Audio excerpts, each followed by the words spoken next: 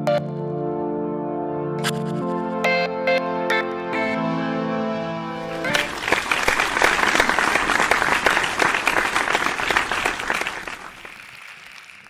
evening. I like the excitement. When I was 7 years old, I started playing football in the narrow streets of Bethlehem, as you can see, behind my parents' back. And of course, with boys only, like many of your girls maybe, or in the past as well. We used to play with a ball that we made from old newspapers, and sometimes playing barefoot. I would wait anxiously for electricity to come back during the Intifada in order to watch the FIFA World Cup on our black and white TV in the room I lived together with my parents and 4 siblings. Big family. Football, soccer, was always my passion. And for me as a child, FIFA was just a dream. Today, I am working at FIFA, and football has definitely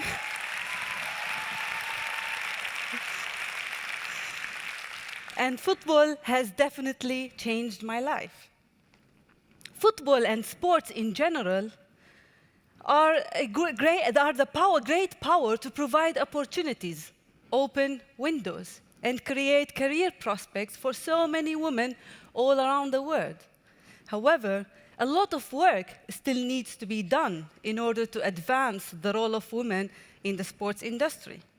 That's why today I would like to focus on 5 lessons I learned as a woman working in football. Lesson number 1, it has to be a comprehensive effort. When I co-founded the first ever women's football team in Palestine, we started from nothing, with 5 girls only who loved to play football. We struggled to convince our parents. We had to fight for years to get the society's acceptance. But we couldn't do that alone. We needed official recognitions and support. That's why Bethlehem University started supporting us. Then we got the official recognition later on from the Palestine Football Association, and then FIFA. Today, if you look at the situation of women's football in Palestine, we have hundreds of girls playing football and tens of clubs and leagues.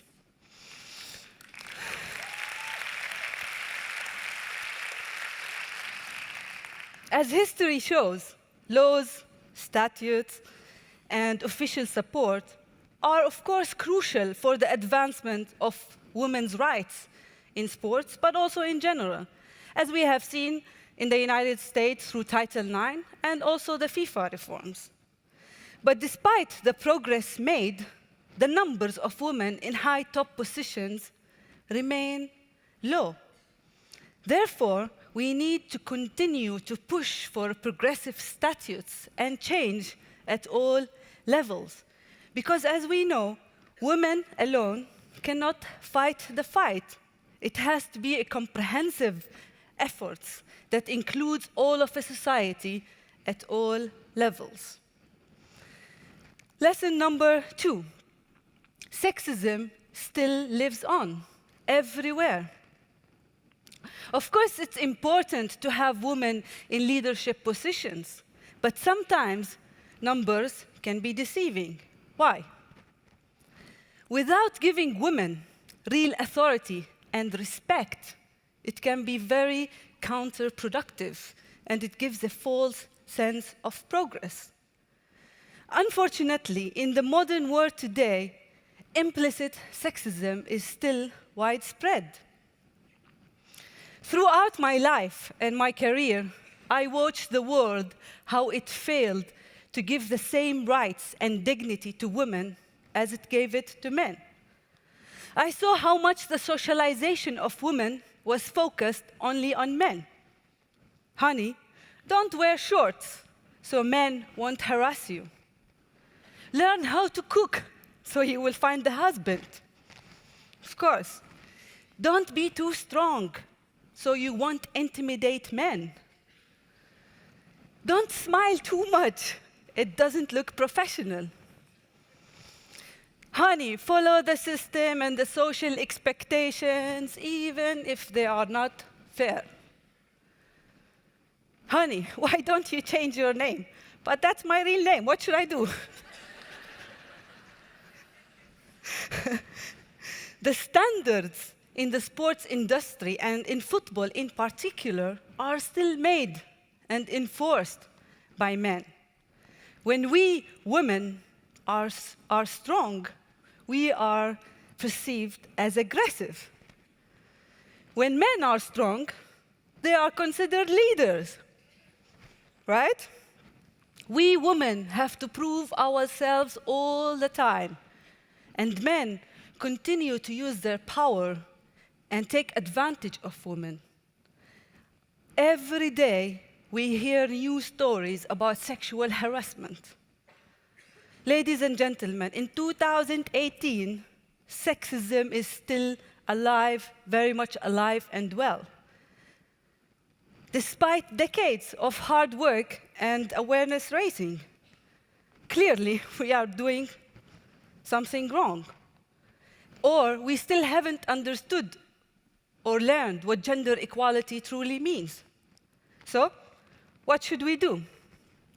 We should all work together to have real feminism, where all women have full rights, equal opportunities, true authority, and recognition of their abilities. Lesson number 3. We need diversity and representation in sports. When I was a young girl, long time ago, watching and playing football, I had no female athlete that looked like me. No curly hair, no sharp eyes, maybe, I don't know. So no female athlete that looked like me or a visible woman that I could look up to and one day become like her. The representations and diversity in sports and in football high top positions are important for young girls so they can picture themselves as champions and as leaders. Football, ladies and gentlemen, is much more than a game. It's about freedom, identity, power, on and off the pitch. It meant all this to me personally. Football was a way to change the stereotype about women in Palestine. It was a tool to change the perception about the Palestinian in the world.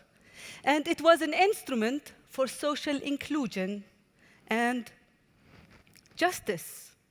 That's why it is important for little girls to see female role models in football that they look like them, so they one day can be inspired and become eventually leaders and promote change.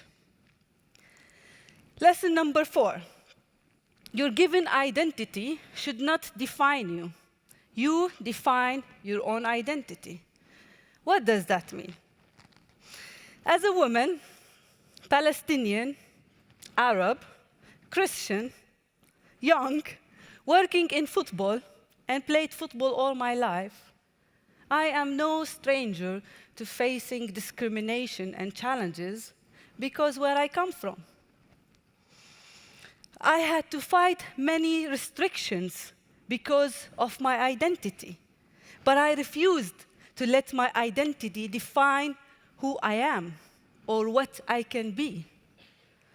I fought my father, who said women should not play football. I fought society, who thought women should not wear shorts or skirts in public. I fought against the political restrictions and walls that literally prevented me from going to places and participating in games. I fought throughout my career those who thought or who did not think an Arab young woman can lead big projects in Europe and have important international positions.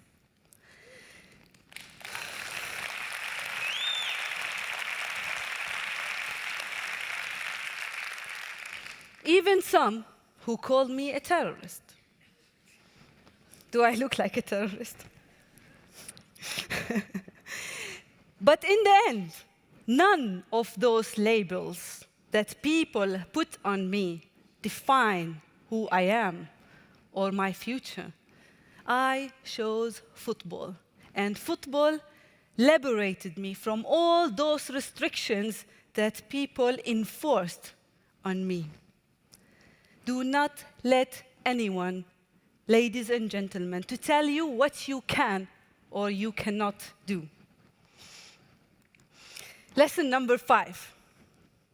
We women need to empower other women. Yes?